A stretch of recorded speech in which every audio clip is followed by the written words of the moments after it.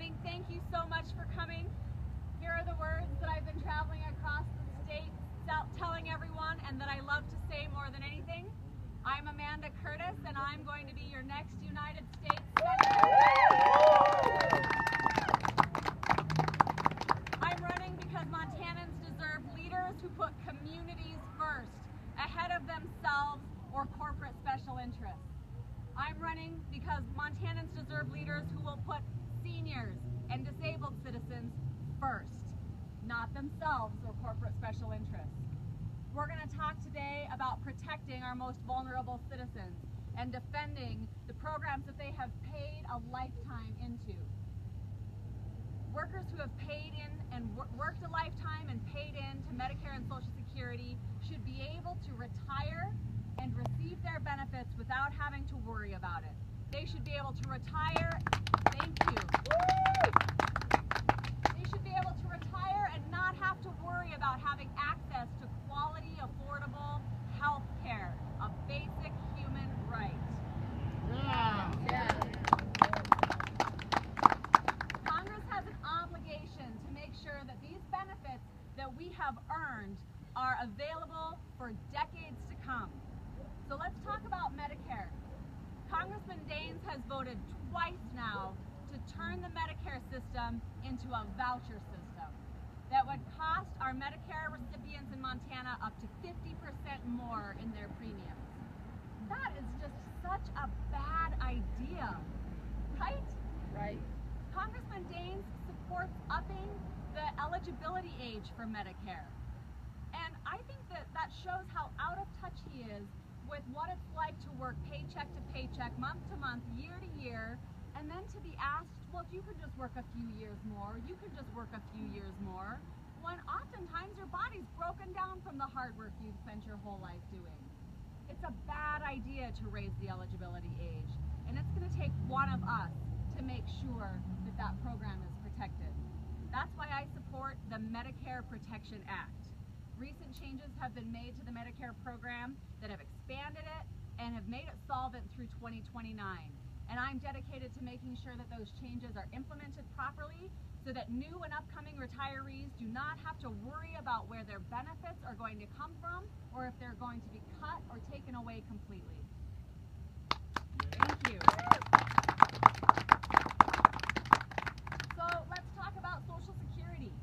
Right now, the payroll tax is capped at $117,000 for Social Security, and we wonder why we can't fund it. First of all, we can fund it if Congress would stop robbing it. And I'm dedicated to closing that loophole so that wealthier folks are no longer paying the same amount as people who make less. I support the Protect and Preserve Social Security Act that eliminates that income cap to make sure everyone is paying their fair share into the Social Security program.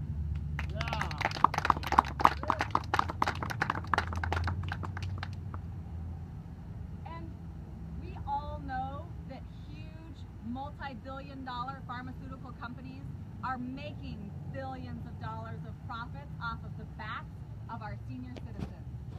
We all know that it's wrong, and so I don't think it's unreasonable to suggest that our government negotiate with those companies to reduce the cost of pharmaceuticals and prescriptions for seniors and disabled citizens.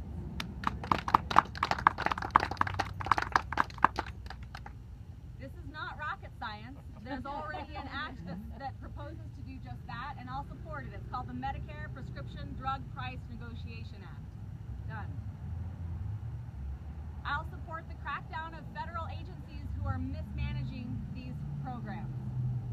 It's true that improper payments have been made, and by avoiding those improper payments, we can keep Medicare solvent and save taxpayer dollars. Kind of a no-brainer. And lastly, I'll fully support and vote to fully fund the Older Americans Act.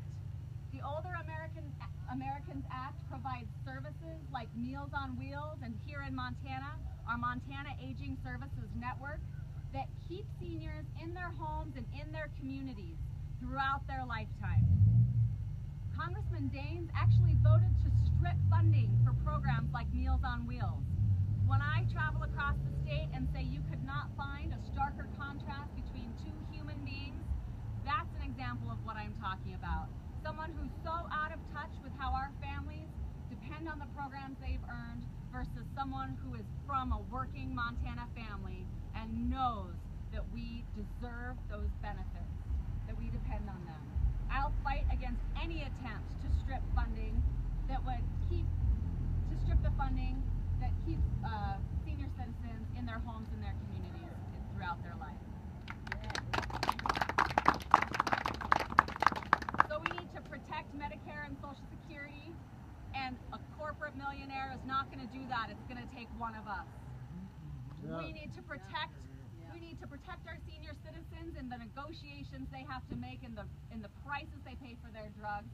And it's not going to get done by a corporate millionaire. It's going to get done by one of us.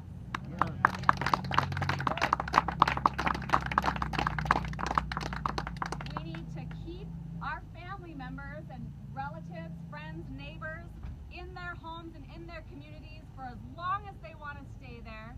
And a corporate millionaire is not going to get that done. It's going to take one of us.